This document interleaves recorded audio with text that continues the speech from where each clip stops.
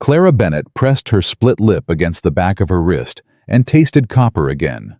The flour on her hands turned pink where she gripped the edge of the kneading table knuckles, white breath held, listening to her father's boots drag across the floor above her. 1 board, 2 boards, 3. She counted them the way other girls counted prayers. When the 4th board creaked, she knew he was turning back toward his room. She exhaled. She was still standing. For one more morning, she was still standing. If this story already has your heart subscribed to this channel right now, hit that notification bell and follow Clara's journey all the way to the end. Drop the name of your city in the comments below because I want to see exactly how far this story travels. Now let's go back to where it all began. Clara had learned to make bread before she learned to read. Her mother had taught her that standing at this same table, the same cracked wood, the same low ceiling that sweated in summer and wept in winter, and she had said, Clara, when everything else falls apart, bread holds. Bread is the one thing that always rises. Her mother had believed that. Clara had believed it too once. Now she just made the bread because if she didn't, there would be consequences, and she had run out of ways to survive consequences that left marks. The town of Carlin, Nevada, in the year of our Lord 1882, was a hard place built for hard men. It sat in a flat stretch of high desert, where the wind came down off the mountains with nothing kind to say, and the people who lived there had taken on the same quality. Wind-scoured, indifferent, moving fast from one thing to the next, and never looking too closely at anything they didn't want to see. There was a silver mine 3 miles east. There was a railroad depot. There was 1 church, 2 saloons, and Bennett's Bakery, which opened every morning at 5 o'clock, because Harold Bennett said it did, and what Harold Bennett said became the law of everything within his reach. Clara was 22 years old, and she lived entirely within his reach. She had finished shaping the first 6 loaves when she heard him on the stairs. Not the 4th board this time, straight down heavy, the particular rhythm of a man who had drunk himself half to sleep and woken angry about it. She did not turn around.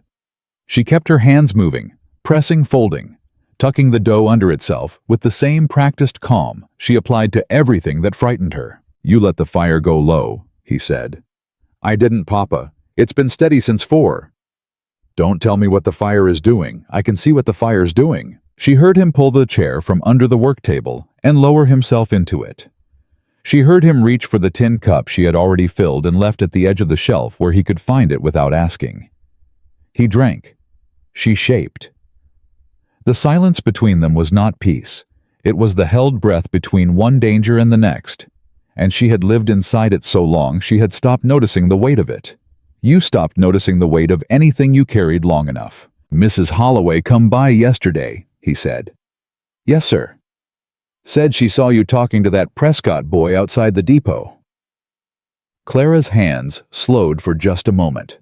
Just a beat. I was carrying flour. He held the door. I told you about talking to men outside this building. I wasn't talking, Papa. He held the door.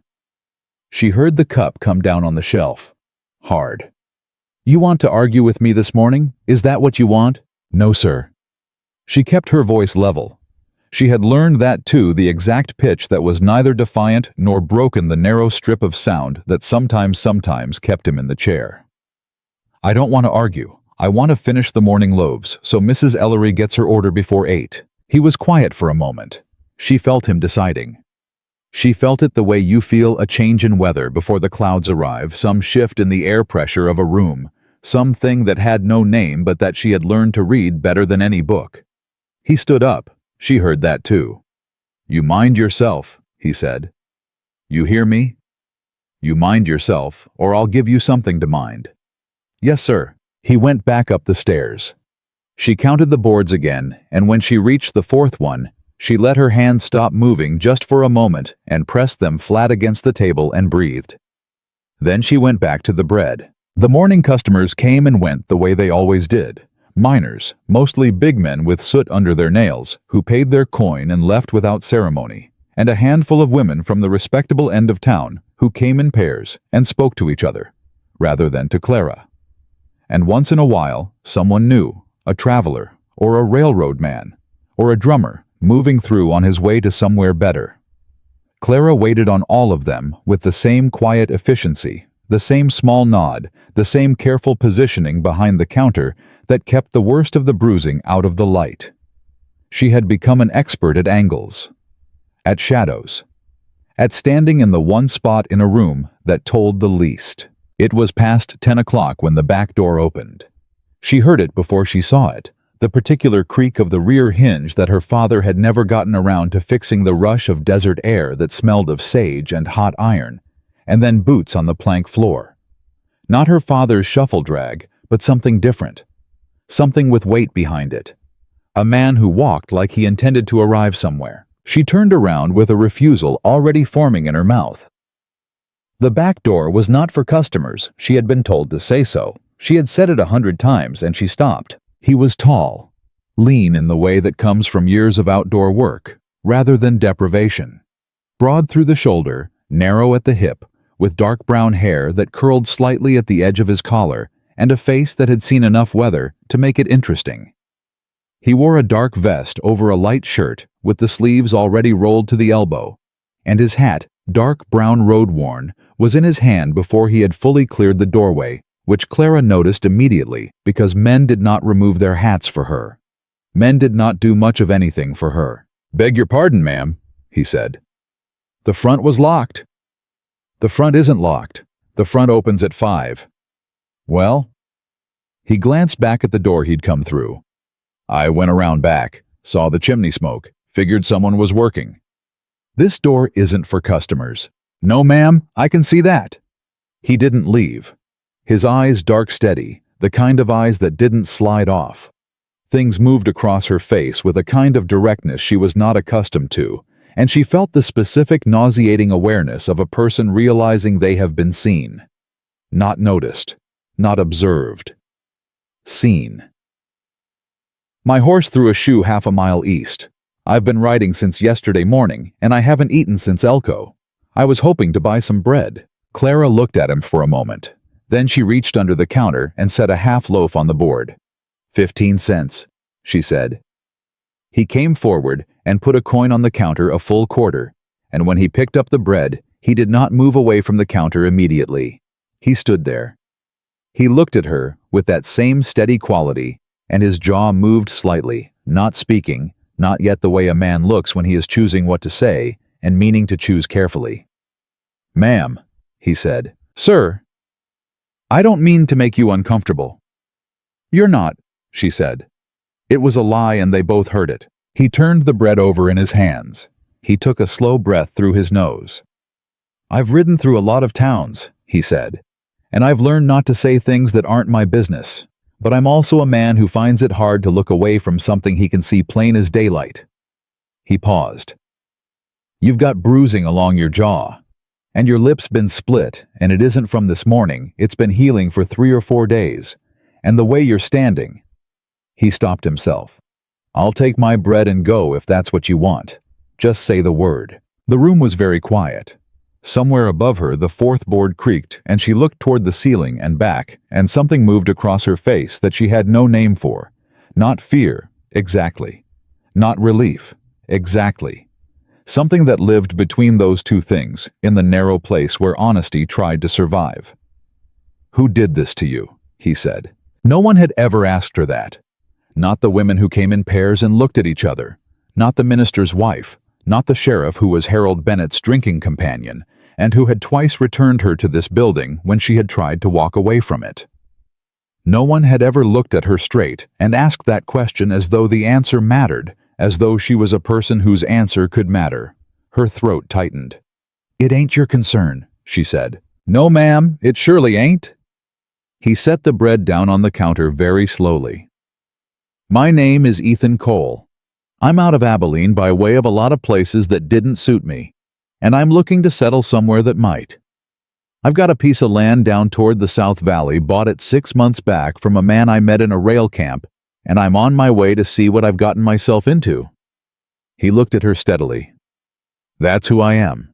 I'm not a man who walks past something like this and goes on about his day." "Mr. Cole," Clara said, and her voice came out lower than she intended, rougher. I would ask you to please take your bread and go before my father comes downstairs." "Is that who did this?"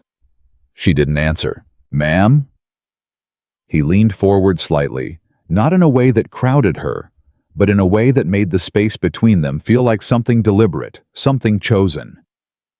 "I'm going to ask you something, and I need you to hear it before you say no, because whatever you're about to say, I need you to know it's a real question, and not a foolish one."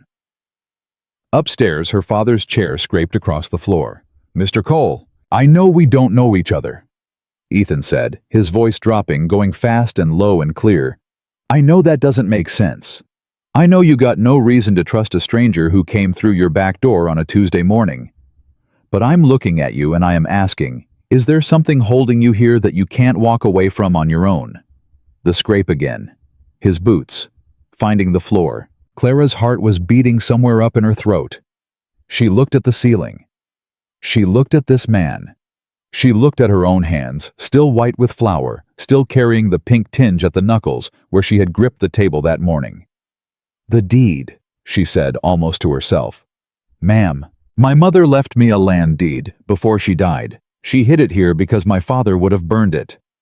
She said it like she hadn't meant to say it, like the words had simply come out of some place that had been holding them too long. "It's the only thing, it's all that's left of her, if I leave without it. Where is it?" She looked at him. "You don't even know what you're offering." "I know I'm offering something," he said.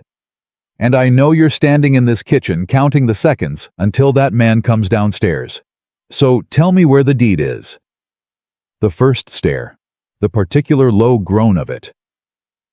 "Mr. Cole," Clara said, and her voice was very quiet, very controlled. "I think you should leave. I think you should come with me." She stared at him. "I don't know you." "No, ma'am, but you know him." He tilted his head toward the ceiling, a small, precise gesture.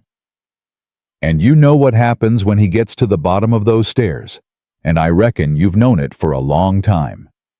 The second stare. "You can't just take someone with you," she whispered. "You can't just... There are laws, Mr. Cole. My father..." "Your father's got no legal hold on you if you're a married woman," Ethan said quietly. "That's the law, too."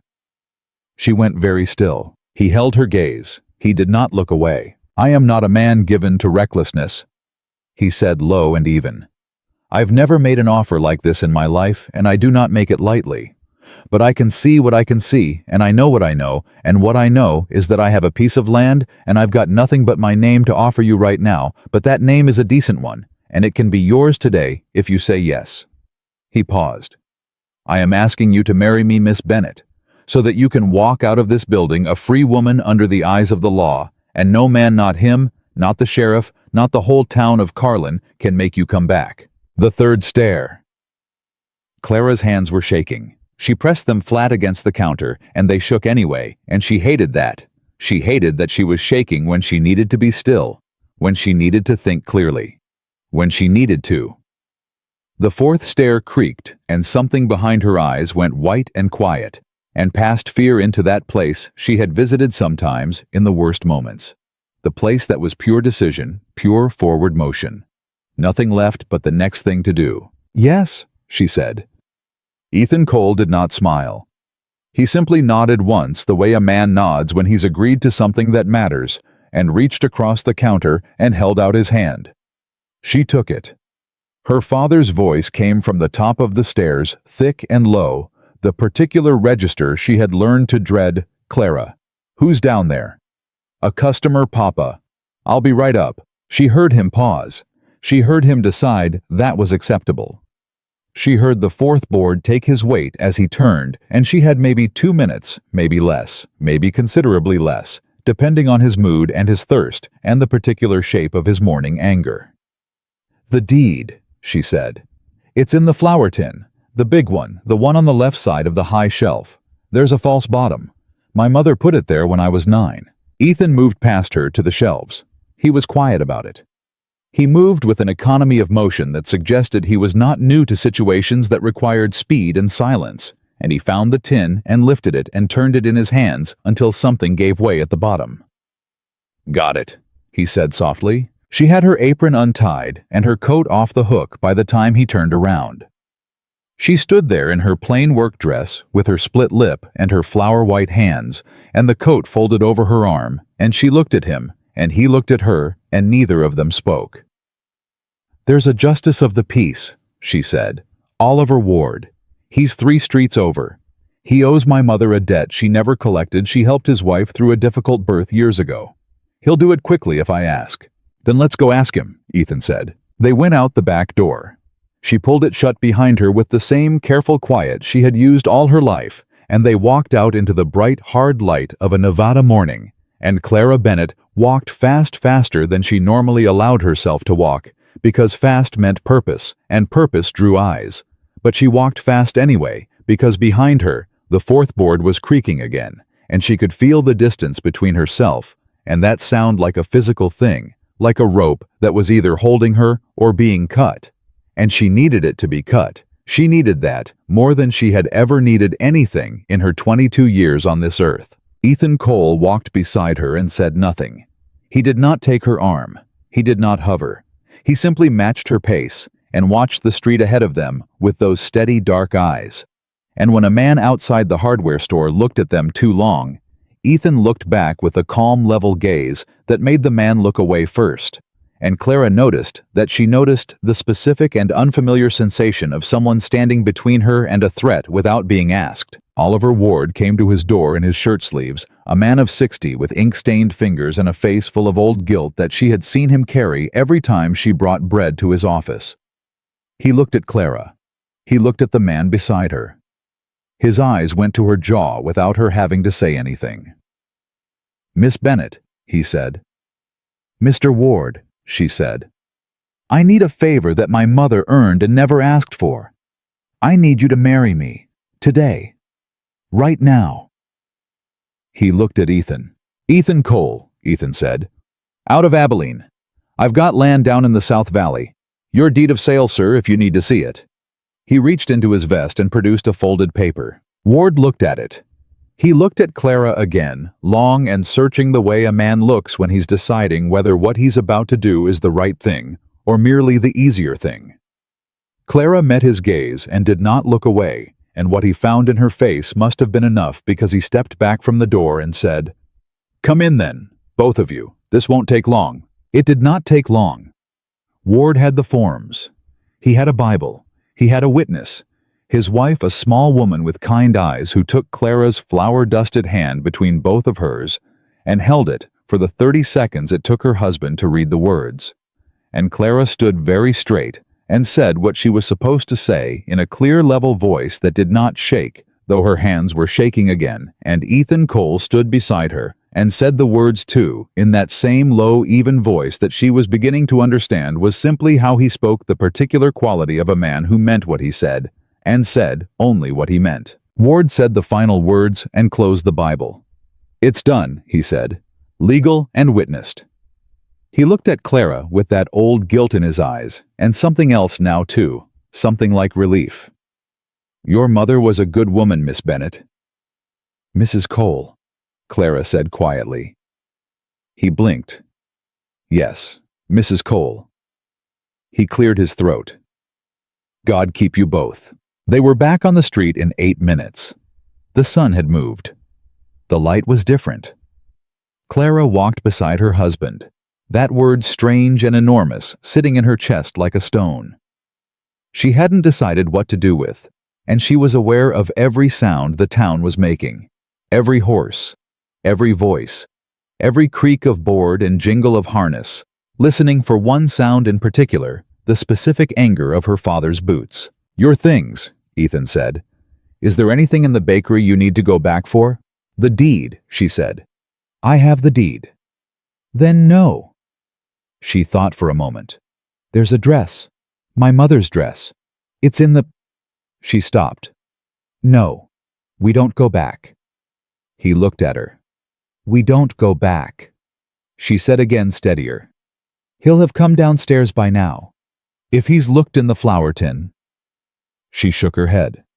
"We don't go back." "All right." He stopped at the hitching post outside Ward's office, where his horse stood a big roan mare with a patient expression and a missing left rear shoe, just as he'd said. She can carry double for a while. She's done it before. Clara looked at the horse. She looked at the street. She looked in the direction of the bakery, which was 3 blocks east, and she could not see it from here, which meant her father could not see her, which meant she had a few minutes still, or she had no minutes at all, and either way, there was only one direction that made any sense. "Where's your land?" she said. "South, maybe 12 miles. There's a creek according to the man I bought it from. A cabin, though he said it needs work." "What kind of work?" "The kind I'm good at." She looked at the horse again. She put her foot in the stirrup and swung up without waiting for help, and she heard him make a small sound. Not surprise exactly, something closer to approval. And then he mounted behind her, and she felt the particular unfamiliarity of a stranger's warmth at her back, his arms reaching past her to take the reins, a near stranger who was also legally and irrevocably her husband. "Mr. Cole," she said. "Ethan," he said. "Reckons we're past the point of Mr. Cole." She was quiet for a moment. Then, "Ethan, I want you to know that I understand what this is, what you offered and why.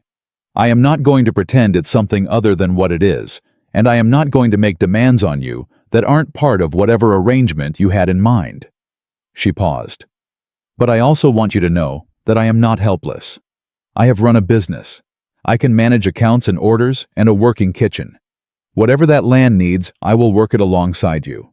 I'm not asking to be kept. I'm asking to be—" She stopped because the word she was looking for was not one she had used very often, and it felt strange in her mouth, strange and necessary, and very large. "Safe," she said finally. "I'm asking to be safe." Behind her, Ethan Cole was quiet for a moment. The horse shifted. The desert light pressed down on them both, hard and indifferent and enormous. "That," he said quietly, "is not a big ask, Mrs. Cole. That's the least a person ought to have." He clicked his tongues at the mare, and they rode out of Carlin, Nevada, moving south into the open country, and Clara kept her back straight and her eyes forward, and she did not look behind her at the town receding into the dust. She did not look back at the bakery, or the low window of the room where she had slept 22 years, or the 4th board on the stair that had measured out the rhythm of her fear. She looked forward into the flat, pale sky and the wide, brown land and whatever was waiting for her out there. And she breathed, and the rope she had felt between herself and that life went taut for one moment, and then, very quietly, let go. The mare's hooves found the rhythm of the open road and kept it steady and unhurried, while the town of Carlin shrank behind them into something that looked from a distance like it had never been very large to begin with. Clara watched it go without expression. She had expected to feel something dramatic, grief or terror, or the wild loosening of a woman who had just run from the only life she had ever known. What she felt instead was a strange, suspended quiet, like the moment between lightning and thunder when the world holds its breath, and you understand that whatever is coming is already on its way, and there is nothing left to do but wait for it. "You're shaking," Ethan said behind her. Not an accusation, just a fact stated plainly. "I'm aware," Clara said. "You don't have to stop." She hadn't expected that. She had expected him to tell her she was safe now it was over, the way people said things like that when they meant well and understood nothing. She had expected comfort in the form of reassurance, which was the form comfort usually took, and which she had learned to distrust, because reassurance was something people offered instead of truth. He hadn't offered reassurance. He had simply acknowledged that her body was doing what it was doing, and told her it was permitted to keep doing it. She didn't know what to do with that, so she said nothing, and the shaking gradually slowed on its own, and the desert opened up around them wide and hot and indifferent, and she noticed this slowly. The way you notice a sound has stopped silent. Genuinely silent. No boards creaking. No footsteps measuring out their approach. No voice coming from the direction of the stairs with that particular low register that meant the day was going to be bad. Just wind. Just the mare breathing. Just the creak of the saddle. "Tell me about the land," she said. He shifted behind her slightly. "Not much to tell yet. Man I bought it from was a homesteader who went broke. He said there was a cabin in a creek and about 40 acres of decent grazing. He also said the roof of the cabin had a problem. What kind of problem? He wasn't specific. That's not reassuring.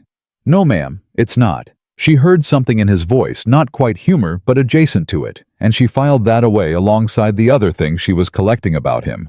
The hat removed before the threshold, the steady eyes, the way he had moved through her father's kitchen, like a man with a plan he had made up in the previous 30 seconds, but intended to honor completely. "Do you have money?" she asked. It was a blunt question, and she asked it bluntly, because bluntness had become her habit in the absence of any social graces she had been permitted to practice. "Some," he said. "Enough to get started. I've been working rail camps since spring decent pay, if you're willing to do the work nobody else wants." A pause. "I'm willing. I can make money," Clara said. "If there's an oven I can work, I can sell bread. I know what people will pay, and I know how to keep accounts. My father never let me near the ledger, but I kept it anyway in my head, because I needed to know where things stood." Ethan was quiet for a moment. "You kept accounts in your head. For 6 years. Revenue costs what he spent at the saloon that should have gone to flour. I know our—" She stopped.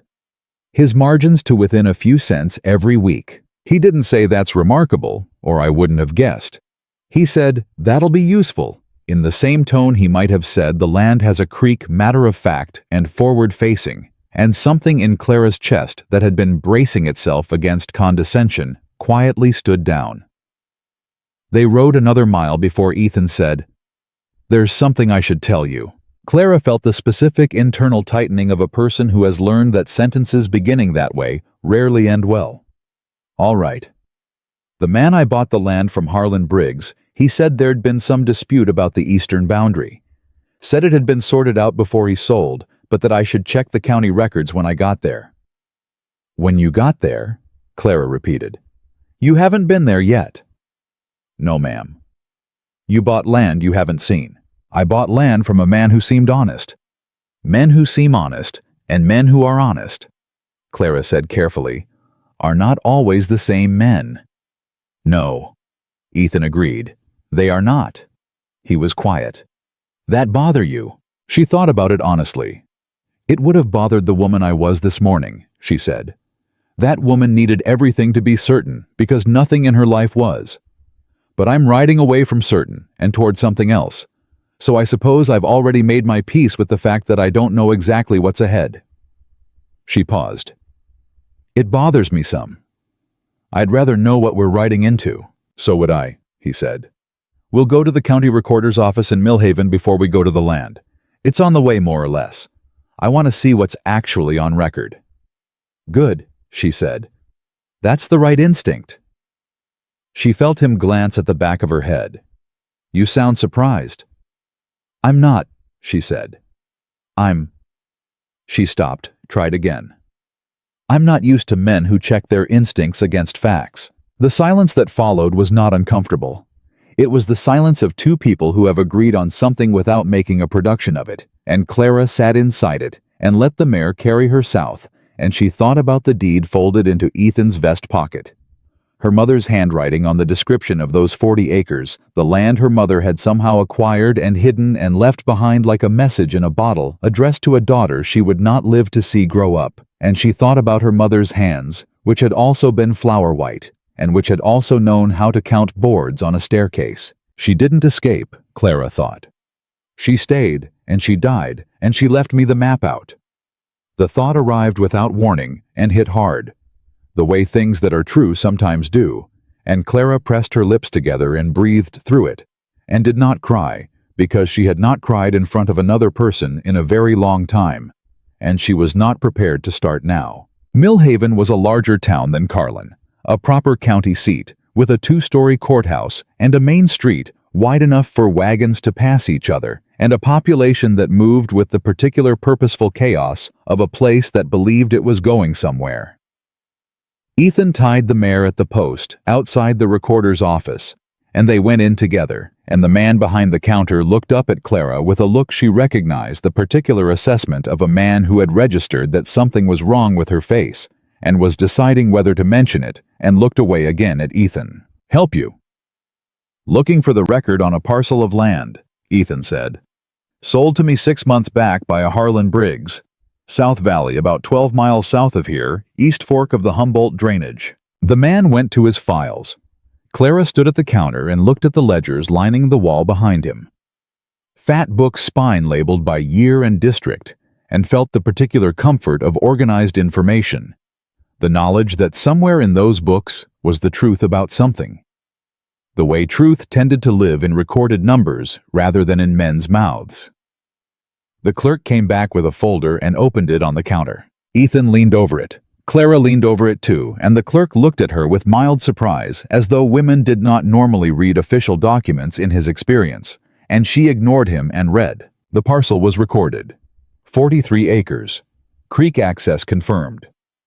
The eastern boundary notation was clear enough. It ran to a ridge marked by 3 large stones and a fence post with a notch cut in it. But there was something else. A second notation added in a different hand, more recently inked, clipped to the back of the primary record. Clara read it twice. "Ethan," she said quietly. He was already reading it. The notation indicated that a lien had been filed against the property 6 weeks ago by a company called the Consolidated Basin Land Company, claiming the parcel overlapped with their survey of a larger acquisition in the valley. The lien was signed by someone named Douglas Reeves, described as an agent of the company. "What's the Consolidated Basin Land Company?" Ethan asked the clerk. The clerk's expression shifted into something careful. "They've been buying up land through the valley for about 8 months. Railroad interests, most people think. Maybe mining. They've been filing claims on parcels that other people already own, say there were surveying errors, original deeds invalid. It's gone to court twice that I know of. And it's still going to court. The company has lawyers from San Francisco. The people they're filing against mostly don't." He looked down at the papers and then up again. "Your deed from Briggs, you have it." Ethan produced the document from his vest. The clerk studied it, looked at the record, looked at the lien notation, and made a sound that was not quite a word. "The lien shouldn't hold," the clerk said. "Briggs's deed predates their survey filing by 3 years, but if they push it..." He shook his head. "You're going to want a lawyer." "We're going to want to see the land first," Clara said. Both men looked at her. "The lien is based on a survey claim," she said. "A survey can be wrong, or it can be falsified. Before we spend money on a lawyer, we need to know what the actual eastern boundary looks like, and whether their survey contradicts the recorded one or contradicts reality. If their survey contradicts the recorded boundary, that's one problem. If their survey contradicts what's actually on the ground, those 3 stones that fence post, then it's fraud. And fraud is a different problem with a different solution." The clerk stared at her for a moment. "That's yes, ma'am. That's correct." Ethan folded his deed back into his pocket. He looked at Clara with an expression she couldn't fully read. Not surprised she had decided he was not a man who surprised easily, something closer to recalibration, as if he was adjusting a measurement he'd taken earlier, and finding it had been off. 3 stones and a fence post with a notch in it, he said. "That's what the record says. Then we go look at the fence post." They rode the last 12 miles in the full heat of the afternoon, and the land changed around them as they went south, got rougher and more particular, less the generic open desert of the high flat country, and more a place with specific features, specific moods. A long slope down from a ridge, a band of cottonwoods that meant water, and then the creek, narrow and clear, running between cut banks that showed the particular red-orange of the local iron-heavy soil.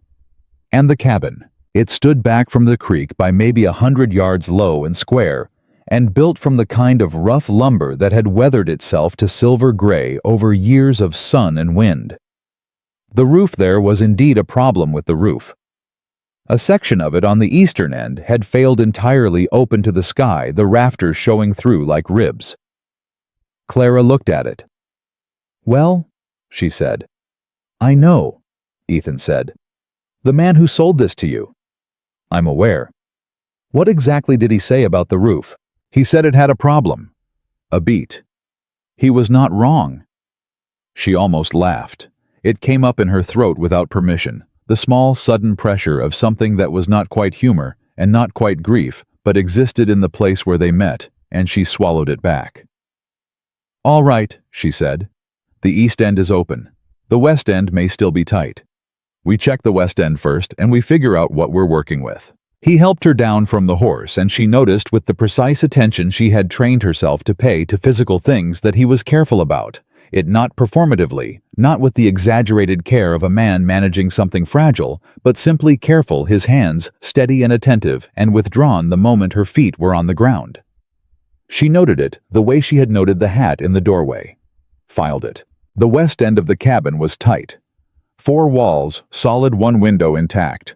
A hearth built from fieldstone that looked like it would outlast everything else on the property. The floor was hard-packed earth, swept at some point in the recent past, and there was a shelf on the wall where someone had left a tin cup and a small stack of folded cloth that turned out, when Clara shook it out, to be a tablecloth with a faded blue stripe. "Someone cared about this place," she said. "Briggs's wife, maybe. He mentioned a wife." "What happened to her?" "He didn't say, and I didn't ask." He was looking at the fireplace, running his hand along the mortar between the stones. "Chimney's sound. Fire that tonight and we've got heat and a way to cook. We'll need wood. There's a stand of dead cottonwood along the south bank. I saw it on the way in. Couple hours work." She looked at the open half of the roof, visible through the gap in the interior wall where the separation was, and then back at the solid west end. "This is enough for now," she said. "The question is whether it's still ours." Ethan turned from the fireplace. "You think the lien will hold?" "I think someone is trying to take your land with paperwork," Clara said. "And paperwork can be beaten with better paperwork if you know what you're looking at." She held his gaze. "Tomorrow morning, I want to go find that fence post. You and me both. And then I want to go back to Millhaven and look at the Consolidated Basin Land Company survey filing. The actual survey, not the clerk's summary of it, the document itself. You think there's something wrong with it. I think there might be. A company that files liens on established properties 8 months after arriving in a valley that argues surveying errors on deeds that have been recorded for years, that's not a company that made an honest mistake. That's a company that knows what it's doing." She paused. "The question is whether they've been careful enough that it doesn't show." Ethan looked at her for a long moment in the low afternoon light that came through the single west-facing window, and this time she could read his expression clearly. He had stopped recalibrating and had simply arrived somewhere new. Some understanding he had not had when he'd walked through her father's back door that morning. Some recognition that the woman he had married in Oliver Ward's front parlor to save her from one problem had also, without being asked, begun working on his. "Mrs. Cole," he said. "Clara," she said. "Reckons we're past the point." Something moved at the corner of his mouth. Not quite a smile.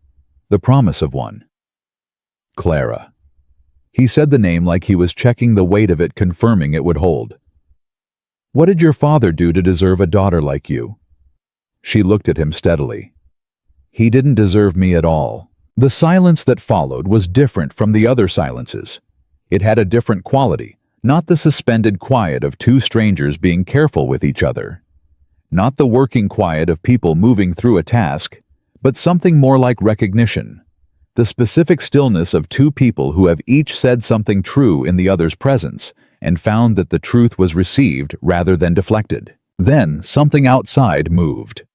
The mare shifted at her tether, and the sound she made was not the sound of a horse settling, but the sound of a horse that had heard something. And Ethan turned toward the door, and Clara turned with him, and her heart was back in her throat before she could stop it, because she knew that sound. She had spent 22 years learning to read the sounds that preceded danger, and that sound said something is coming. Ethan put his hand to the door and opened it.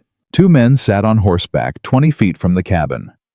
Both wore town clothes rather than working clothes, which meant they had not ridden out from any ranch. One had a leather satchel across his saddle. The other had his hands loose at his sides, in the way of a man who wants you to see that his hands are loose. "Mr. Cole," the man with the satchel said. Ethan stepped through the door. Clara stepped with him and stopped just behind his shoulder, and she watched the men register her presence, the bruised jaw, the flour-stained dress, the fact of her standing in the doorway of this cabin, and she watched them adjust their assessment of the situation accordingly. "I'm Cole," Ethan said. "My name is Douglas Reeves." The man with the satchel said, "I represent the Consolidated Basin Land Company. I believe you spoke with the county recorder this afternoon." "I did." "Then you're aware of the lien we've filed on this property." Reeves reached into his satchel and produced a document. "I've ridden out to offer you a simpler solution than litigation.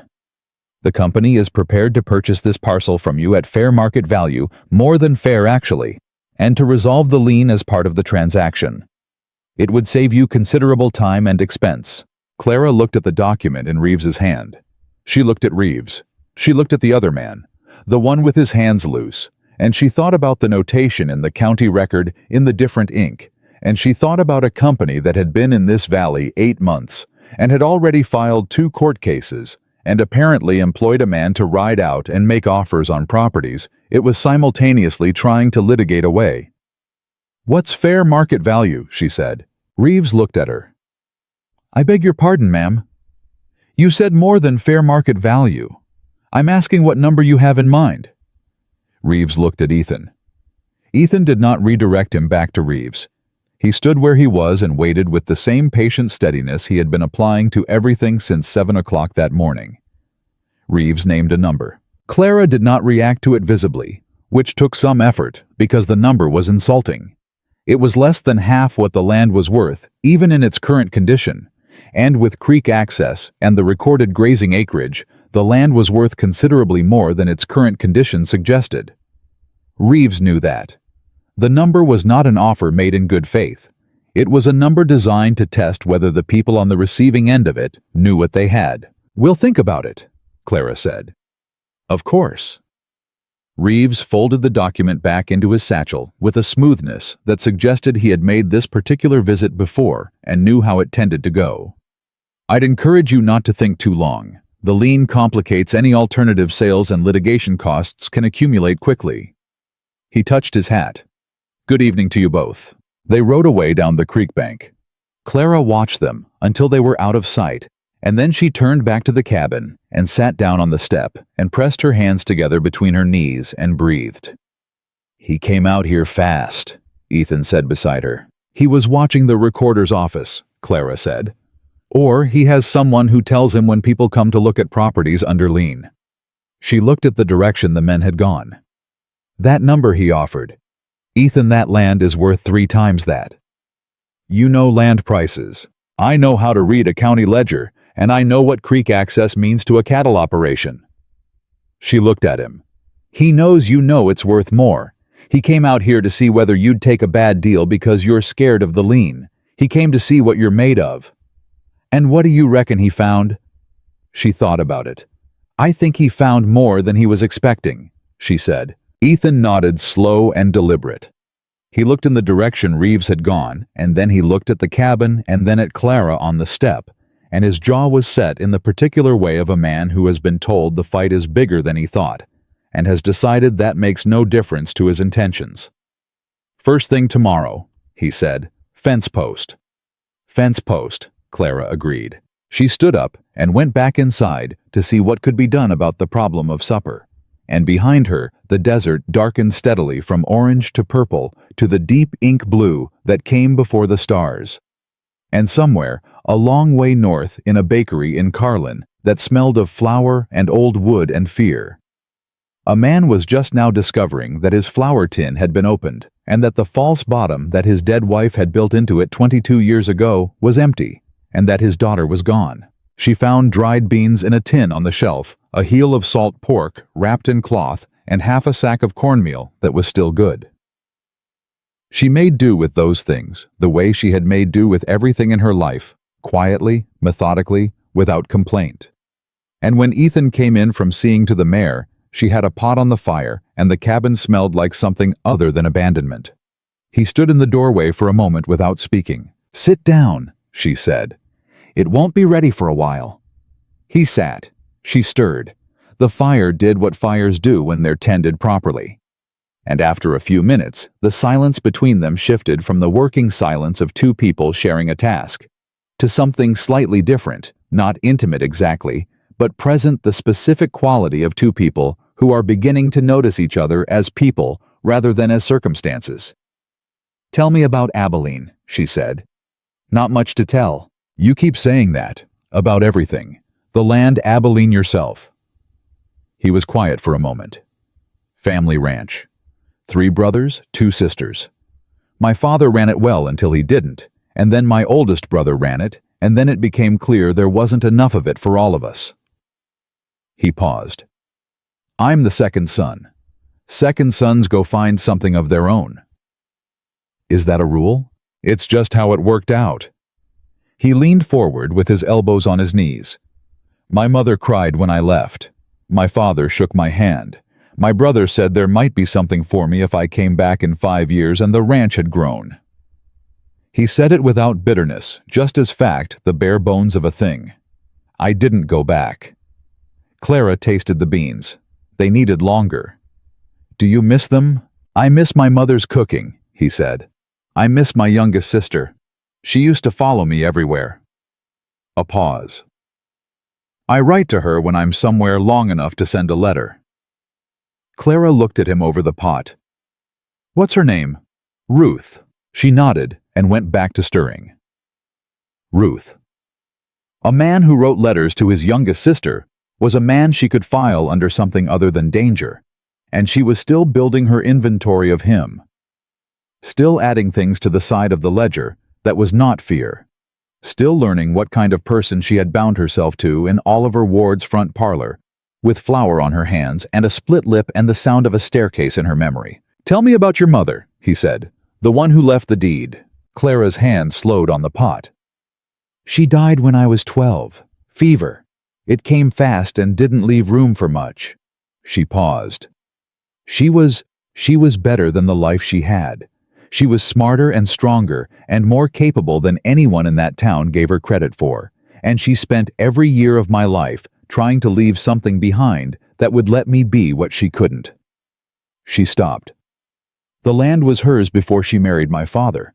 She inherited it from her own father, and she never told Harold about it because she knew what he'd do with it. He'd have sold it. He'd have drunk it, Clara said flatly. Every acre, every cent. She kept it hidden for 15 years, and she put the deed in that tin because she knew I found the tin when I was small. I used to take sugar from it, and she never scolded me for it. She knew I'd know where to look. She felt the familiar pressure behind her eyes and pushed it down. She told me the year before she died. She sat me down, and she described exactly where the deed was and exactly what it meant, and she said, "Clara, when the time is right, you'll know what to do with it." A beat. She was 12 years early, but she wasn't wrong. Ethan said nothing. He just listened, which was something she was still adjusting to, being listened to, actually listened to, by someone who was not going to use what she said against her later. "What was her name?" he asked. "Margaret," Clara said. "Margaret Hale before she was Margaret Bennett." She paused. "I think I'll start being a Hale again in my head. I was always more hers than his." "You can be whatever you want," he said quietly. "That's the point of all this, I reckon." She served the beans. They ate in the kind of comfortable silence that was not really silence at all, but the sound of two people choosing to be in the same place without requiring anything of each other. And Clara ate everything in her bowl because she had not eaten since before dawn, and her body remembered that even when her mind had been too occupied to notice. She slept that night on one side of the cabin, and he slept on the other, and she lay in the dark and listened to the creek outside, and the particular sound of the high desert night insects whined the occasional shift of the mare at her tether. And she thought about the fence post with the notch cut in it, and about Douglas Reeves on his horse with his satchel, and his smooth voice, and his insulting number. And she thought about the way the survey lien had been written in different ink in the county record. And she thought that whoever had added that notation had been careless, or had not expected anyone to notice, and that carelessness of that kind tended to spread through a document the way rot spread through wood. Once it started, it was rarely contained to just the one place. She was up before dawn. So was he. They rode east along the creek in the early gray light, following the recorded boundary description from memory because Clara had read it twice and kept it the way she kept everything she needed. The creek bent southeast after about a mile, and then the land climbed toward a low ridge, and they rode up that slope, and Clara said quietly, "There." 3 large stones irregular, set in a rough line east to west, and between 2 of them, weathered but standing, a wooden fence post with a notch cut into the north face at shoulder height. Ethan got down and put his hand on the notch. It was old. The wood around it had grown gray and slightly silver, the cut itself darkened with years of weather. This was not a new post. This was not something a man had put in recently to support a claim. "This is exactly where the deed says it is," Clara said. "Yes, ma'am." "Now I want to see their survey." He looked up at her. "You think they moved the boundary on paper?" "I think someone drew a line on a map that doesn't match these stones," she said. "And I think if I can put their surveyed boundary next to this post and this ridge, I can show the gap between what they filed and what actually exists." She paused. "That's not a mistake. A surveyor doesn't miss 3 stones and a marked post by accident. That's a choice." They were back in Millhaven before 9 o'clock. The clerk, his name was Patterson, she had noted it from the nameplate the afternoon before, looked up when they came in and had the expression of a man who had hoped he might not see them again quite so soon. Clara went directly to the counter. "The Consolidated Basin Land Company's survey filing," she said. "The actual document, not the summary. I'd like to see it." Patterson hesitated. "Those filings are their public record, ma'am, but—" "I know they're public record," Clara said. "That's why I'm asking to see them." He went to the files. He took longer than he needed to, and when he came back there was something careful in his face, a quality she recognized, the face of a man who knows something. He is not sure he should say, who is weighing obligation against safety, who is looking at you and trying to determine what kind of trouble you are capable of causing and whether it is the kind that might wash back over him. He set the folder on the counter. Clara opened it. The survey document was 4 pages dense with figures and notations, and she read it the way she read ledgers, not word by word, but in chunks, looking for the logic of the thing, the internal consistency of numbers that ought to relate to each other in predictable ways. She found the eastern boundary description on the 2nd page, and she read it twice, and then she looked up at Ethan. "Their eastern line runs 50 yards west of the post," she said. He leaned over the document. "You're certain?" "Their survey describes the boundary as running along what they call the primary ridge formation." She pointed to the notation. "But the primary ridge formation, if you're standing at those 3 stones looking east, is 50 yards further east than where the post is. Their line cuts across our property by 50 yards along the entire eastern face. That's," she calculated quickly, "that's roughly 4 acres depending on the length of the boundary run. 4 acres they'd be taking that aren't theirs to take. 4 acres that probably include the best part of the creek access," Clara said, "which is the valuable part. Without creek access on the east side, the grazing acreage is worth half what it is with it." Patterson was watching her from the end of the counter. She looked at him directly. "Who filed this survey?" "The company sent their own surveyor, man named Aldous Webb." "Is Mr. Webb local?" "He came with the company about 8 months ago."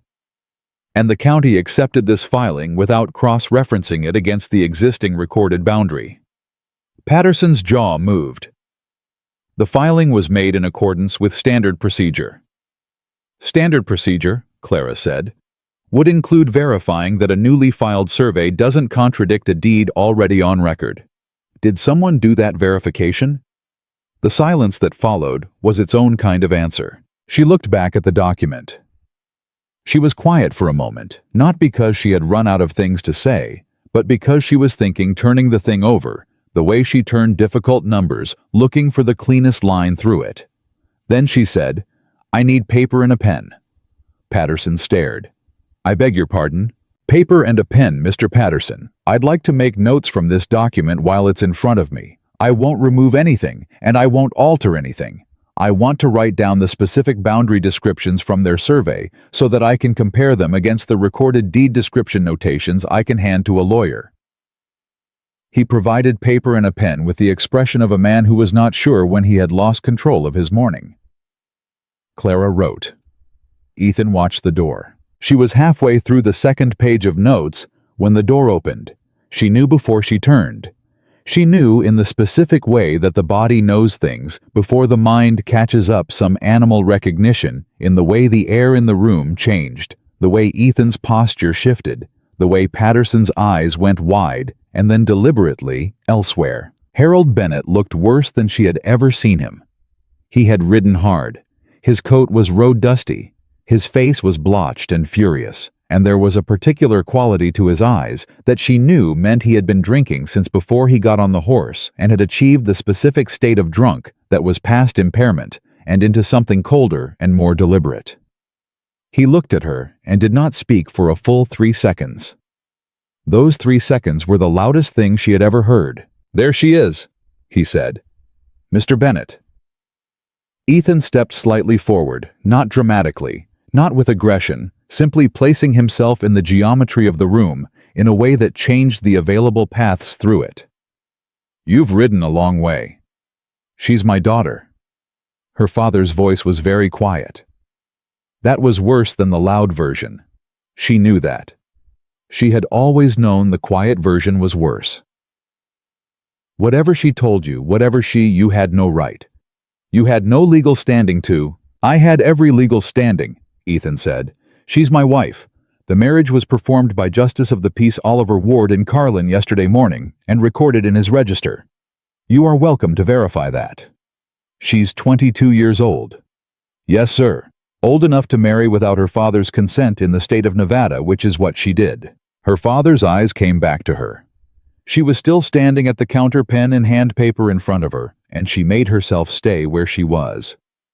Made herself, not step back, not angle away, not find the shadow, all the small movements of a body that had learned to minimize itself in his presence.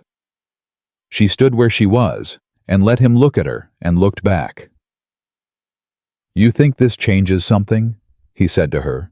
"It changes everything," she said. "I'm not under your roof. I'm not under your name. I don't owe you my labor or my silence or my presence, and there is nothing legal or otherwise that gives you any claim on me from this moment forward." Her voice was steady. She was aware of this with a kind of distant wonder, the way you notice something remarkable about your own body during a crisis. "I'm sorry you rode all this way." His face moved through several things, quickly. Fury, and then something that in another man might have been grief, and then fury again darker, and more settled, the kind that had made its peace with itself. He took 2 steps into the room. Ethan moved. He didn't raise his voice. He didn't reach for the revolver at his hip. He simply stepped fully into the space between Harold Bennett and his daughter, and he said with a quietness that was not gentle, "That's far enough." Her father stopped. The 2 men looked at each other, and Clara watched her father take the measure of Ethan Cole, the way men measured each other. The width of the shoulder, the steadiness of the eye, the particular quality of stillness that a man who is not afraid has different from the stillness of a man who is waiting. And she watched her father's chin come down slightly, that small involuntary acknowledgement of a man who has found the edge of his own intimidation. "The deed," her father said, low, looking at her around Ethan's shoulder. "That deed was in my house." "The deed was in my mother's flour tin," Clara said. "In a hiding place my mother built when I was 9. It was recorded in her name before she married you, and it was never transferred to you, and it does not belong to you. If you'd like to make a legal argument to the contrary, you are welcome to find a lawyer and begin one." He stared at her for a long time. His hands at his sides were not quite fists. The fingers were curled, but not closed, and she watched them the way she had always watched them. "You are making a mistake," he said. "I've made a lot of mistakes," Clara said. Staying was the longest one. She watched it land. She watched it go in. She had not said it to wound him. She had said it because it was true, and because she had decided that morning in the dark while listening to the creek that she was done saying the smaller version of true things to make other people more comfortable with what they had done. She had been diplomatic about her own suffering for 22 years. She was finished. Her father looked at Ethan. "This isn't over." "I expect not," Ethan said. "But for today it is." Harold Bennett turned and walked out, behind his counter, like a man who had stopped breathing some time ago and had not yet restarted. Clara put the pen down. Her hand was shaking not badly. A fine tremor, the kind that came from adrenaline burning off through the body's available channels. She pressed the hand flat against the counter and finished writing the last of her notes with deliberate care, because the notes were important, and the shaking was not, and she had learned long ago to keep working through the shaking. Ethan came to stand beside her at the counter. He didn't speak. He didn't put a hand on her shoulder or tell her she'd been brave. He just stood there present and solid while she finished what she was doing. When she capped the pen and folded her notes, she said, "He'll be back." "I know. And he'll try something legal if he can find a lawyer who'll take his money. Probably an argument about the deed that it transferred to him on marriage, or that my mother didn't have the legal right to hold separate property. Did she? In Nevada, a woman's property acquired before marriage can remain separate. It depends on how the courts read it. It's not certain." She folded the paper again smaller. "Which means we need to talk to a lawyer before he does." "Do you know one?" "I know of one. There was a man, a judge retired, who came through Carlin twice a year buying bread. He mentioned his son had taken up law in Millhaven." She thought. "Name was Calloway. Judge Ezra Calloway. His son would be Thomas, I think." Ethan was already looking toward the door. "Then we find Thomas Calloway." She tucked the notes into her coat. She picked up her mother's deed from the counter where she had set it beside her notes, and she held it for a moment. The paper her mother had touched the handwriting of a county recorder from 20 years ago. The specific and legal shape of a woman's quiet defiance, and she put it carefully into her inside pocket where she could feel it against her ribs. "Patterson," she said. The clerk looked up like a man grateful to be addressed as something other than a piece of furniture. "The boundary discrepancy I found in the survey filing," she said. "How many other properties in this valley have active liens from the Consolidated Basin Land Company?" He hesitated. "7 that I know of." 7. She looked at Ethan. He looked at her. 7 families, she said. 7 deeds, all with the same surveyor's name on the lien filing. Patterson nodded slowly. "And has any lawyer in this county looked at whether those surveys contain the same kind of errors as this one?" "Not that I'm aware of, ma'am." She was quiet for a moment. The shape of something was assembling itself in her mind. Not just the protection of their 43 acres, but something larger, the full architecture of what the Consolidated Basin Land Company was doing in this valley, the systematic, deliberate paperwork by paperwork, dismantling of what other people had built. 7 families, 7 deeds, 1 surveyor, 1 company, 1 method, 1 ledger that, if opened the right way, would show all of it at once. "We need to see Thomas Calloway," she said. "Today, before my father sobers up and finds a lawyer of his own." She looked at Ethan steadily. "And I think when we do, we need to bring him more than just our 43 acres. Ethan held her gaze. Something had shifted in his expression over the last hour, not dramatically, not in the way of a man having a revelation, but in the slow, definitive way of a man who has been revising his understanding of something and has now arrived at the final version. He was looking at her the way he had looked at the fence post that morning, with a particular combination of recognition and respect, the look of a man who has found the true line of a thing and is satisfied that it is exactly where it should be. "All right," he said. "Let's go find the lawyer." They went out into the Millhaven street, and the sun was full up now, hot and direct, and somewhere behind them, in the direction of the saloon, a horse that matched the description of her father's roan was tied at a post, and somewhere ahead of them in the county records were 7 families who did not yet know that someone was looking at what had been done to them. And Clara walked into that morning with her notes in her pocket and her mother's deed against her ribs, and the specific, unfamiliar, almost frightening sensation of a woman who has stopped being afraid of what she cannot control and has started being interested in what she can. Thomas Calloway kept his office above a dry goods store on the eastern end of Millhaven's main street, up a narrow staircase that announced every visitor with a particular sequence of creaks. He was younger than Clara had expected, mid-30s slight, with ink-stained fingers that matched Patterson's, and the kind of precise, watchful face that belonged to a man who had learned early that listening carefully was more useful than speaking quickly. He had his father's eyes, she thought. She had only seen Judge Ezra Calloway twice, but the eyes were the same gray steady, the kind that didn't perform intelligence, but simply had it. He looked at the notes she laid on his desk. He looked at the deed. He looked at her, and then at Ethan, and then back at her notes. "You compiled this morning," he said. "From the survey filing in the county recorder's office. Patterson has the original. I wrote down the specific boundary descriptions verbatim." Calloway picked up the paper and read in silence for a full minute. Clara let him read. Ethan sat beside her with his hat on his knee and his hand still. The way he was still when something required patience, and she was learning to read that particular stillness of his. The way she had learned to read all the other stillnesses in her life. This one meaning he was alert, present, and waiting rather than absent. "The discrepancy you've identified," Calloway said without looking up. 50 yards west. On the eastern face, approximately 4 acres of creek access land that their survey line would place inside their claimed acquisition. He set the paper down. "Have you walked the boundary? We found the marked post this morning. 3 stones and a notched fence post exactly where the original deed describes them. Their survey would put their boundary line 50 yards west of that post." She paused. "On our side of it. You understand what you're describing?"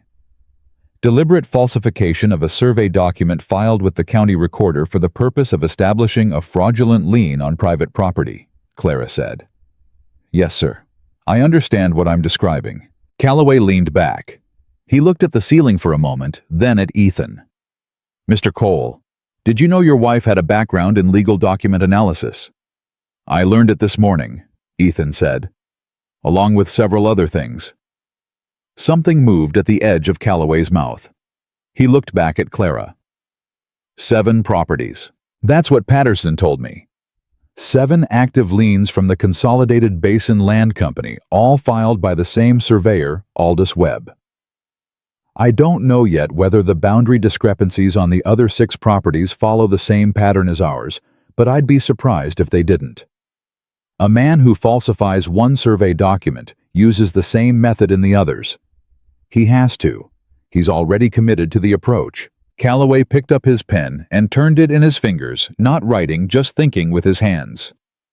"If the discrepancies are consistent across all 7 filings," he said slowly, "that's not a civil matter. That's criminal fraud at the county level.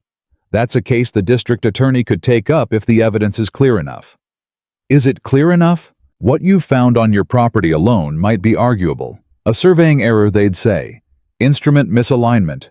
Poor visibility. Honest mistake." He set the pen down. 7 properties with the same surveyor and the same pattern of errors, all benefiting the same company, all filed within the same 8-month period. He shook his head. "That's not a mistake. A jury would understand that." "Then we need to look at the other 6, Clara said. Calloway looked at her steadily. "Mrs. Cole, what you're proposing, gathering evidence across 7 separate properties documenting boundary discrepancies, building a case for the district attorney, that is not a small undertaking. That is months of work." "I'm aware," she said. "I also have nowhere else to be." Ethan made a sound that was not quite a laugh, something short and quiet that she felt more than heard. Calloway looked between them and made a decision she could see happen in his face, some internal door opening. "All right," he said. "Here is what I can do today. The lien on your property. I can file a formal contest of that lien this afternoon, which stays any legal action the company can take for a minimum of 60 days. That gives you time." He pulled a form from his desk drawer. "I'll need both of your signatures, and I'll need the deed." Clara produced the deed from her inside pocket and laid it on the desk, and something moved through her when she let go of it. Not loss, not quite, but the specific vulnerability of releasing the thing you have been guarding. Calloway handled it carefully, the way lawyers handled documents they recognized as important, and she told herself it was all right, that it was doing more work on that desk than it had done against her ribs, and she believed that mostly. She was signing her name, Clara Cole Strange and New, in her own handwriting when the door at the bottom of the staircase opened. She heard it. She heard the footsteps on the stairs, and she knew, before the door to Calloway's office opened, that it was not one person, but two. And she knew one of the two by the particular drag of the fourth step taking his weight, and she had the pen still in her hand, and the paper half-signed, when Harold Bennett came through the door, with Douglas Reeves behind him. The room went very still. She finished signing her name. She set the pen down. She did not stand up. Her father looked at the deed on Calloway's desk. His face did something complicated and ugly. "That belongs to me," he said. "It does not," Clara said. "It was recorded in my mother's name before your marriage. Nevada statute on separate property is clear. I have a lawyer who says otherwise." He tilted his head at Reeves, who had the expression of a man who had not entirely anticipated this particular room arrangement and was adjusting. Calloway rose from his chair. He was not a large man, but he had the particular authority of someone who knew exactly what was and was not permitted in his office. "Mr. Bennett, Mr. Reeves, this is a private consultation. The woman in that chair is my daughter," Harold said. "The woman in that chair," Calloway said, "is Mrs. Ethan Cole, a married adult woman who has engaged me as her legal counsel. You have no standing in this office." Reeves stepped forward, then smooth and unhurried, and put his own document on Calloway's desk beside Clara's notes. "We're not here about the marriage," he said. "We're here about the deed. Mr. Bennett is prepared to assert that this property was acquired during his marriage and therefore represents a marital asset under Nevada community property provisions." Clara looked at the document. She looked at Calloway. "That's incorrect," she said. "Community property provisions apply to assets acquired during the marriage. The deed is dated 8 years before my parents' marriage." "The recording date," Reeves said, "is not necessarily the acquisition date. Mr. Bennett's position is that the land was effectively transferred to the marital estate through—" "Through what?" Clara said. "Through my mother's silence. Through the fact that she hid it because she knew he'd take it." She kept her voice level. She was aware of her father's breathing audible heavy, the particular respiratory pattern of a man controlling rage with incomplete success. There is no legal mechanism by which a husband acquires title to separate property his wife deliberately concealed from him. If there were, every woman in Nevada would be at risk of losing her inheritance the moment she declined to mention it at dinner. Reeves looked at her with an expression she had seen before on men who had been answered by a woman in a way they had not prepared for and were now recalculating how to proceed. He looked at Harold. Harold was looking at Clara with those eyes, the quiet version, the cold version, and she met them and did not look away. "Clara," her father said. Just her name. The way he said it when he wanted her to understand that there would be consequences for whatever came next. "Don't," Ethan said. One word, flat and final. He had not moved from his chair, but something about him had changed the way the temperature of a room changes when a fire is banked, the heat still there contained, and therefore more present rather than less. Harold looked at him. "Don't say her name like that in this room," Ethan said. "Don't say it like that anywhere." The silence stretched. Reeves looked at Calloway. Calloway looked at no one in particular, which was the expression of a man waiting to see what would happen next, so that he could respond to the actual event, rather than his prediction of it. It was Harold who moved first. He reached for the deed. Ethan's hand came down on the desk over it, covering it completely before Harold's fingers got there. He hadn't risen from his chair. He had simply extended his arm with a speed and certainty that left no room for interpretation. "Mr. Bennett," Calloway said, and his voice had gone very precise. "If you touch a document in the custody of an attorney during an active consultation, you are committing an offense that this county takes seriously. I suggest you remove your hand from my desk and speak to your own counsel before you take any further action in this office." Harold's hand withdrew. Slowly. His eyes stayed on Ethan's for a moment, measuring the way he had measured before, and finding the same thing he had found before. And then he stepped back. "This isn't finished," he said. "No," Clara said. "But this part of it is." Her father and Douglas Reeves left the office. Their footsteps went back down the staircase. Her father's drag on the fourth step, and then the door at the bottom, and then nothing. Clara breathed. Calloway looked at Ethan's hand still flat on the deed. Ethan lifted it. They looked at each other with the mutual recognition of two men who had just done the same thing for the same person and knew it. "I'll file the contest this afternoon," Calloway said. He paused. "I want to ask you something. Mrs. Cole and I want you to answer honestly." "I'll try." "The analysis you did this morning, the survey document, the boundary discrepancy, the pattern across 7 properties. Did you learn that somewhere? Is there someone who taught you how to read legal filings and land records?" She thought about it. "My mother taught me to read numbers," she said. "She was the daughter of a land surveyor. She knew what a boundary description meant, and she made sure I did too. I taught myself the rest." A pause. "I kept my father's business accounts in my head for 6 years because he wouldn't let me near the actual ledger. When you do something in your head that long, you get very good at seeing the shape of numbers and whether they agree with each other." Calloway nodded slowly. "The other 6 families," he said. "The ones with liens. Most of them are working ranchers. They don't have the means to hire lawyers or survey their own boundaries. Several of them probably don't fully understand what the lien means for their title." He paused. "If someone were to visit those families and explain the situation to them, help them understand what's been filed against them, compare the survey descriptions against their original deeds, identify whether the same pattern of discrepancies exists that would be significant, that someone would need access to all 7 original deeds," Clara said. "Patterson at the recorder's office has them all, their public record." He looked at her steadily. "And that someone would need to be the kind of person that ranching families in this valley would talk to honestly, rather than shutting the door on. Not a lawyer, not someone official." A pause. "Someone who understood what it meant to have what was rightfully theirs being taken from them by people with more paperwork." Clara looked at Ethan. Ethan was looking at her with that expression again, the final version of the recalibrated thing, and he nodded once very slightly, the way he had nodded in her father's kitchen when she had said yes. The nod that meant he had agreed to something that mattered. "How do we find them?" she said. Calloway opened his desk drawer and took out a map of the valley. He spread it on the desk and pointed to 7 marked locations, and Clara leaned over it and memorized the geography.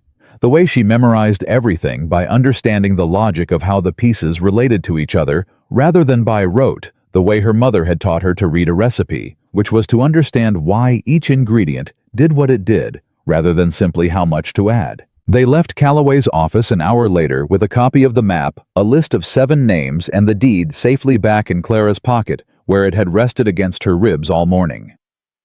She put it there deliberately. It felt different now.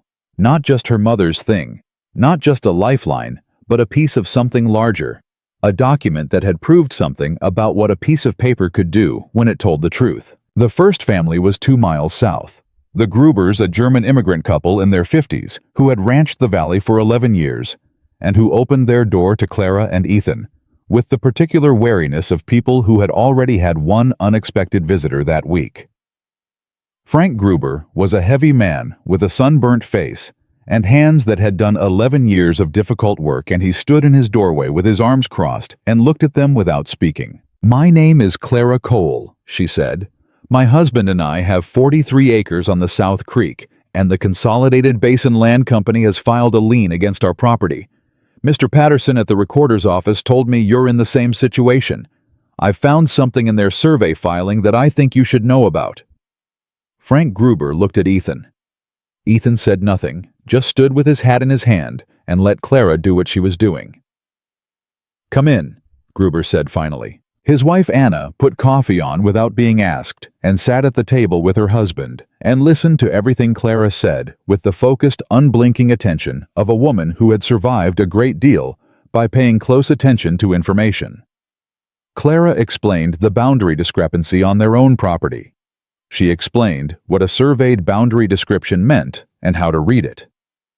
She showed Gruber the notes she had made from the company's filing and asked if she could see his original deed. He got the deed from a locked box under the bed. She noted that the fact that he had locked it, that he understood its importance, and she read it carefully while Anna refilled the coffee cups, and Frank watched her with an expression moving slowly from suspicion towards something more complicated. She found it on the third page, the same pattern. The boundary description in the company's survey cut across the Gruber property by 60 yards on the western face, even more than on Clara and Ethan's land. And it took the best of their creek access and a significant portion of a pasture Frank had fenced himself 8 years ago. She showed him exactly what she had found, pointing to the specific language in her notes and in his deed, explaining the gap between the two descriptions in plain language. Not the language of lawyers, but the language of numbers and physical objects. Here is where your fence is. Here is where their survey says the boundary runs. Here is the distance between those two things. Here is what that distance means. Frank Gruber was quiet for a long moment when she finished. 60 yards, he said, at minimum, possibly more depending on how the ridge runs. That's my summer pasture. His voice had gone flat and hard. That's where I run 40 head every summer. I fenced that 8 years ago. I know, Clara said. And the fence is proof.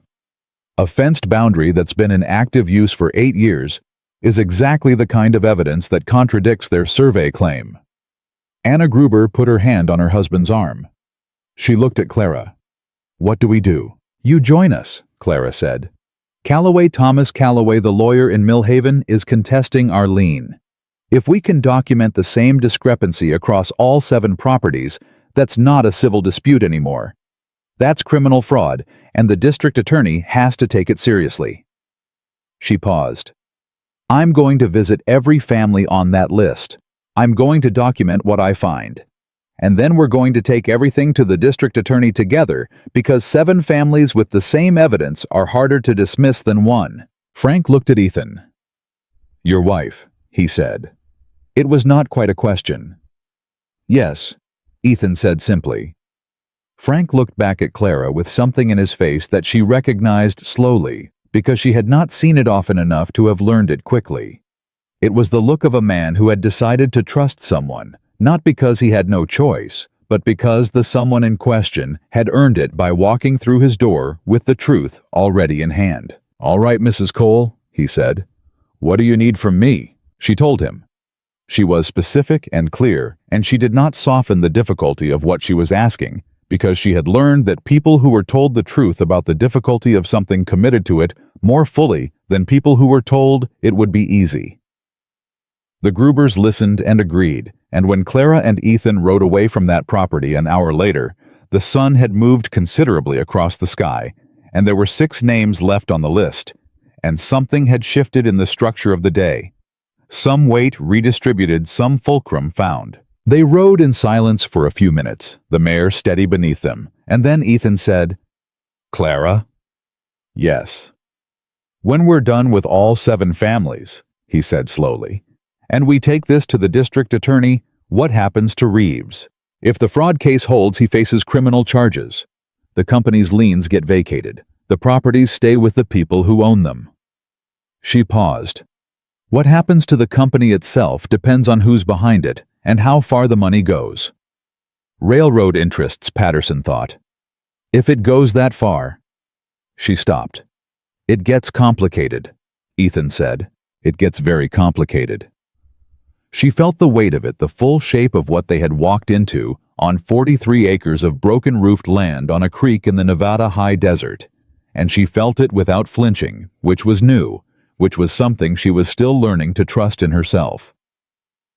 But complicated problems have documents at the center of them, and I know how to read documents. He was quiet for a moment. Then, I should tell you something. She felt the tightening again, the reflex that sentences like that produced in her. All right? This morning, he said, when your father came into Calloway's office, when he reached for the deed. He paused. I was not going to let him take it. I know. I want you to understand that I wasn't doing it because you needed me to do it.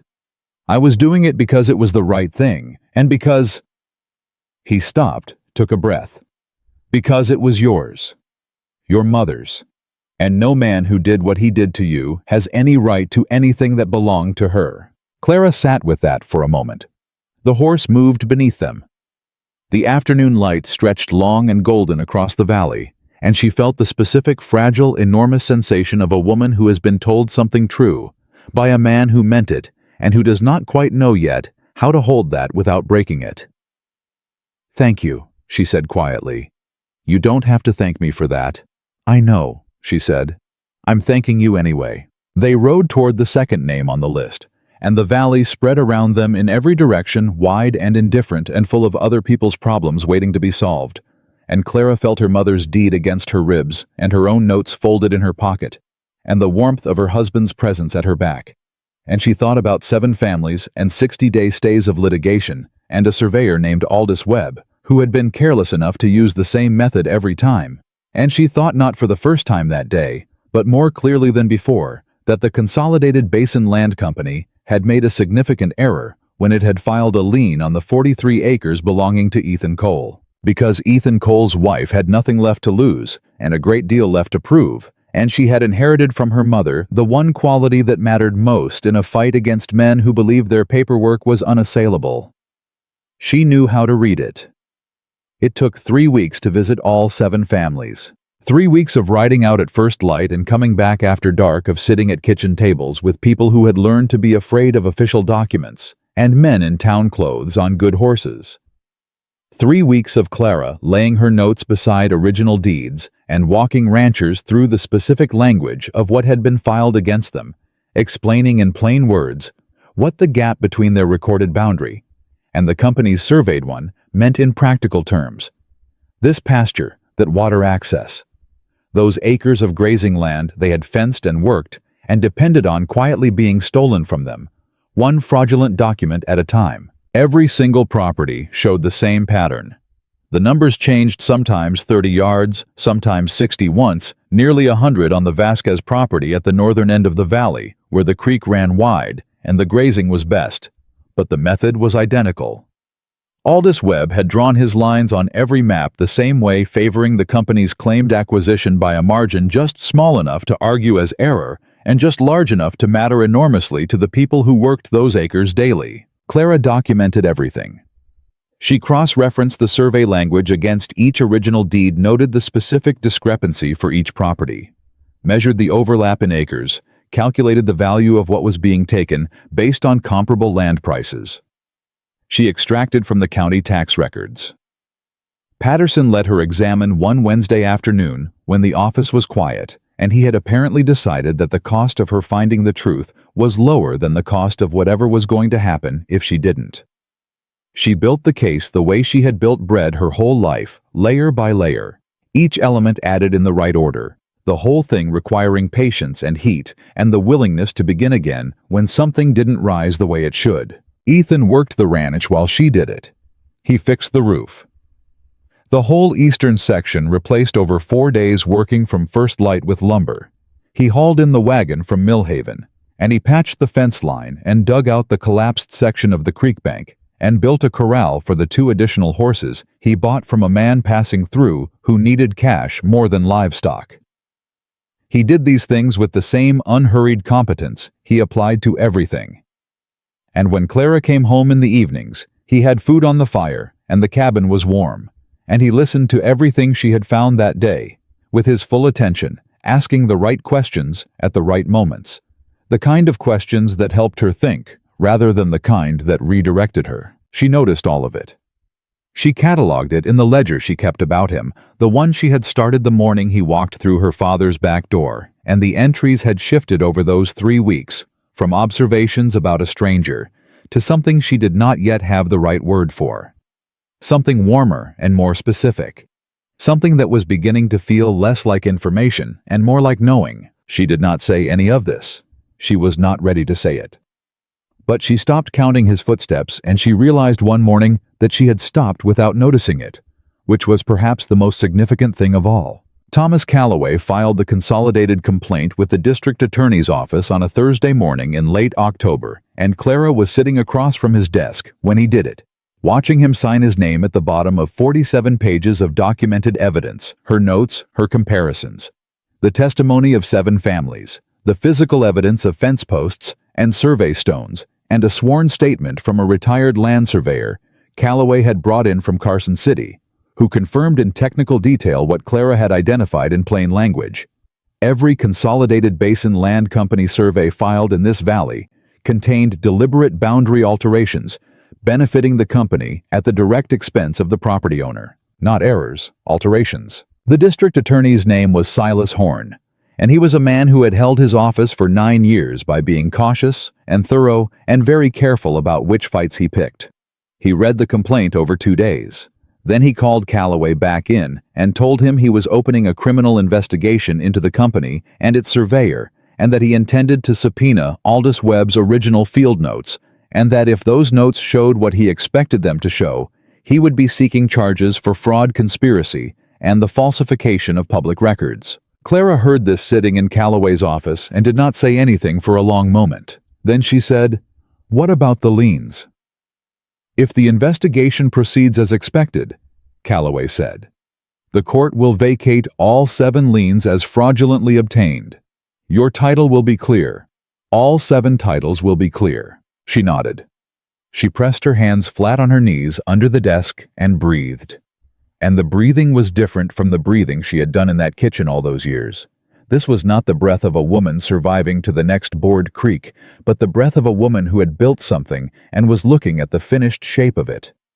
"Good," she said. It was 2 days after that when her father came back. She was alone at the cabin. Ethan had ridden to the Gruber place to help Frank with a fence repair he had promised 2 weeks back, and she heard the horse before she saw it, and she set down the bread she was kneading, and she did not reach for the door, and she did not hide. She stood where she was, and she waited. Harold Bennett came in without knocking. He had aged since the morning she had left Carlin, or perhaps she was simply seeing him clearly for the first time, without the distortion that fear put on everything. He was a smaller man than she remembered. Not in physical size, but in the way that men who have exercised power over contained spaces always appear smaller when the space expands the particular deflation of authority that has lost its jurisdiction. He looked at the cabin. He looked at her. He looked at the bread on the board, and the fire in the hearth, and the 2 cups on the shelf. And whatever he saw in this room, he had not expected to see some evidence of habitation and purpose, and the specific warmth of a life being built deliberately hit him somewhere he hadn't expected. "I got a letter," he said, "from Calloway, the deed complaint." "I know," she said. "I told him to send it. You're not going to get anything. A lawyer's letter doesn't change." "I filed a sworn affidavit with the letter, Papa," she said, documenting the circumstances under which the deed was hidden, the history of the property, and the specific reason my mother concealed it from her husband. "The affidavit includes my testimony about the conditions of my life in your house." She paused. "I did not leave anything out." He went very still. "You had no right to. I had every right." Her voice did not rise. It did not shake. It simply stayed where it was, even and clear, the voice of a woman who had decided weeks ago that she was done moderating herself for the comfort of people who had not moderated themselves for hers. "I had the right because it was the truth, and the truth is a thing I've had to be very careful with for a long time, and I'm not being careful with it anymore." He moved toward the table. She did not step back. "I'm your father," he said, and for the first time there was something in his voice that was not anger, something raw underneath. The anger cracked and ungainly, the sound of a man who has never learned to express anything softer than fury, and is now trying to speak from somewhere fury doesn't reach. "You are," she said, "and I didn't stop loving you because of what you did. I stopped being able to live with you. Those are different things." She looked at him directly. "I have thought about this a great deal, and I know that whatever made you the man you became, your own father, your own fear, whatever it was, I know it was real, and I know it left marks that aren't visible. But the marks you left on me are visible, and they were not my fault, and I am done carrying them as though they were." Harold looked at her. The anger in his face had not gone. It had not emptied out so cleanly as that, but it was mixed with something else now, something she had never seen on him before. She thought it might be shame. She had not known her father was capable of it, and she was not certain what to do with the discovery. So she simply let it sit there between them, without trying to fill it. "The deed," he said quieter. "Your mother hid it." "Yes." "She didn't trust me." Clara was very still. "Did she have reason to?" He didn't answer. That was its own kind of answer, and they both knew it. "She loved you," Clara said carefully. "She told me that. She said she loved you before, and that the man she had loved was still somewhere inside the man you became, and that she hoped he'd come back." She paused. She didn't say the last part with much hope, but she said it. Harold Bennett sat down in the chair at the kitchen table, her chair, the one she used in the evenings for her notes, and he sat in it, the way a man sits when his legs have decided something before his mind has, and he put his face in his hands. He did not cry. She did not think he was capable of crying at this point in his life, some mechanism for it having rusted shut long ago. But he sat there with his face in his hands for a long moment, and she stood and let him do it, because she was not going to comfort him, and she was not going to punish him further. She was simply going to let the truth occupy the room and give it all the space it needed. When he lifted his face, he looked at her like a man who has misplaced something important and has just realized it has been gone for much longer than he thought. "I'm dropping the deed claim," he said. She had not expected it. She had been prepared for the opposite, for more lawyers, more letters, more of the grinding machinery of a man who fought because fighting was the only thing he knew how to do. The words sat in the air of the kitchen, and she let them sit for a moment before she responded. "All right," she said. "The bakery." He stopped. "I need someone to keep accounts. The numbers never." He stopped again.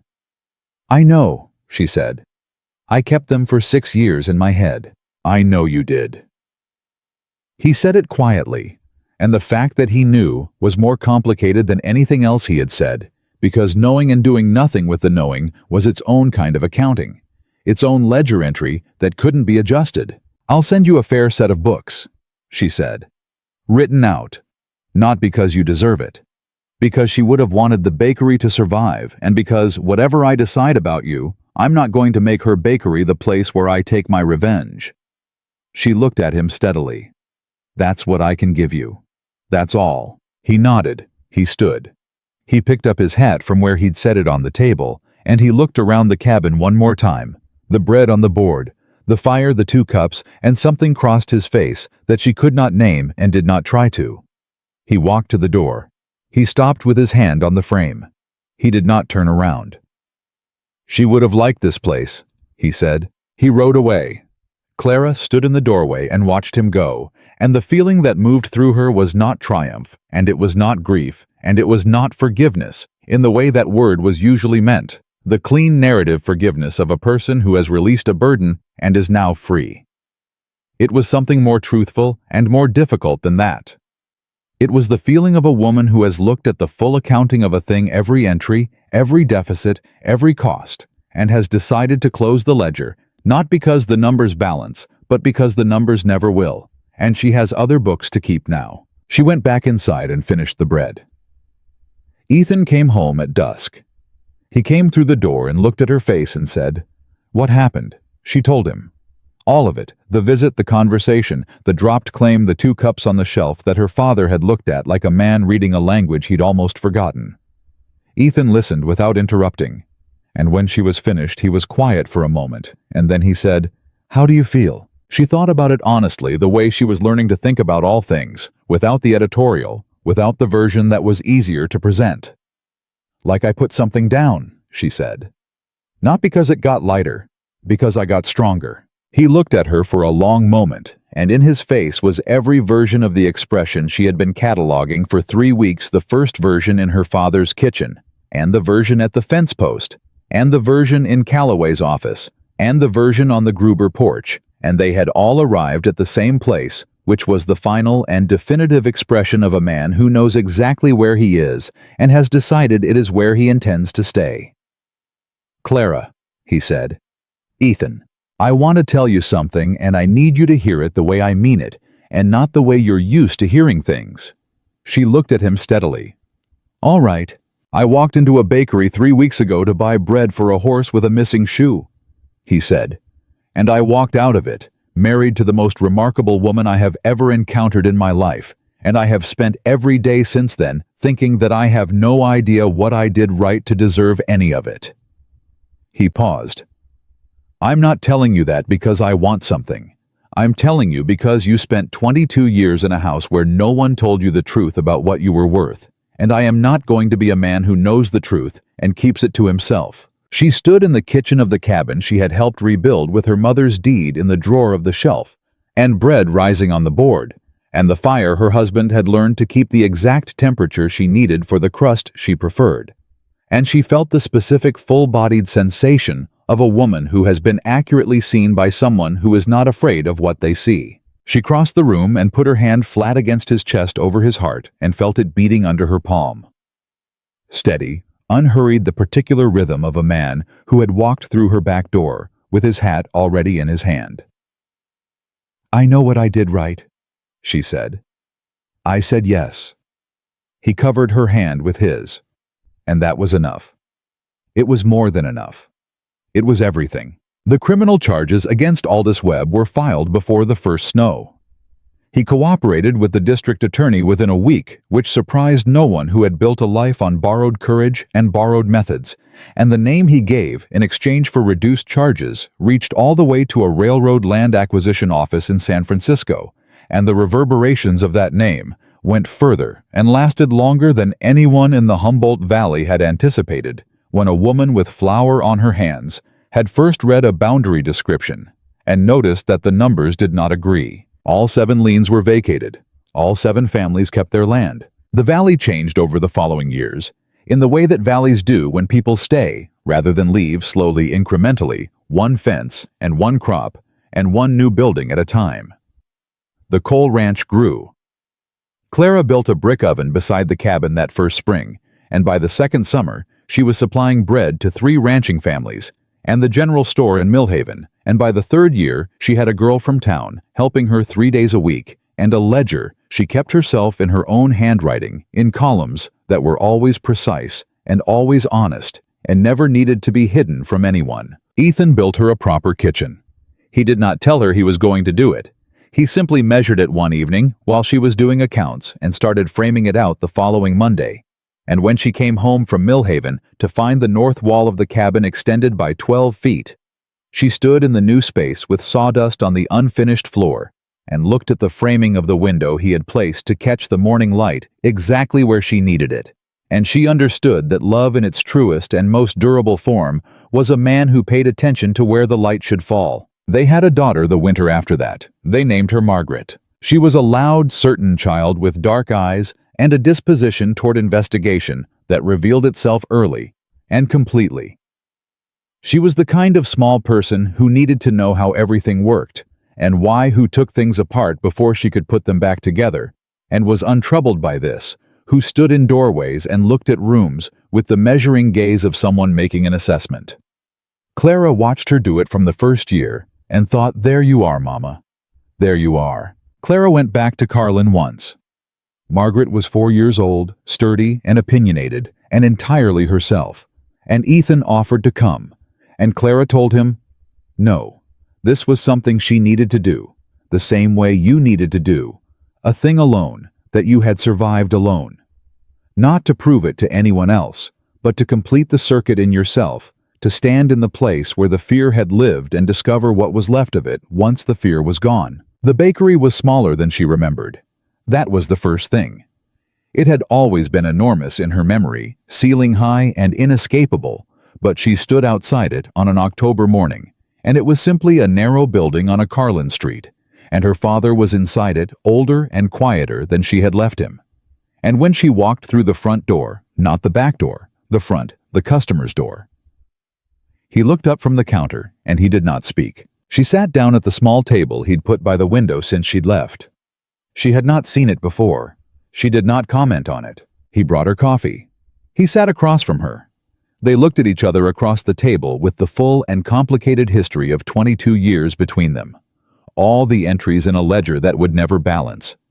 And Clara looked at her father, at the old man he had become alone in this bakery, with its low ceiling and its creaking stairs, and its particular smell of flour and wood and years, and she felt something release in her chest. Not forgiveness in the way of debt discharged. Forgiveness in the way of a woman who has built so much life beyond a closed door that the door itself has become simply a door. "The books I sent," she said, "were they useful?" He nodded. "The margins are better." "I know.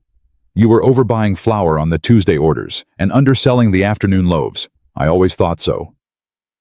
He almost smiled. The almost was enough. She finished her coffee. She stood. She put her hand on the table for a moment on the wood of it, the same cracked flour-dusted wood she had kneaded bread on for 22 years, and she let herself feel all of it, the full weight of every morning she had stood at this table, counting boards, and breathing carefully, and surviving to the next hour. She felt it, and she did not push it away, and she did not collapse under it, because she was not the woman who had stood at this table. She was the woman who had left it. "Take care of yourself, Papa," she said. She walked out the front door. She did not count the boards on the way to her horse. She did not listen for footsteps. She mounted and she turned toward the road south, toward the valley, where her daughter was waiting, and her husband was working, and her brick oven was holding heat for the morning's loaves, and she rode without looking back. A woman is not defined by the house that held her, or the name she carried before she chose her own. She is not the sum of the years she survived, or the count of the mornings she endured. She is defined by the single moment she stood in a flour-white kitchen with a split lip and shaking hands, and said yes, not to a stranger, not to escape, but to herself, to the full and irreversible knowledge that she was worth more than the life she had been given, and that worth was not something anyone could document or contest or file a lien against. Clara Cole rode home through the Nevada high desert on an October morning, and the land was wide, and the sky was enormous, and the road ahead of her was hers completely and legally, and in every other way that mattered hers. She had not just escaped a life. She had built a better one in its place with her own hands on her mother's land, and no one, not a father, not a company, not a courtroom, not time itself would ever take it from her again.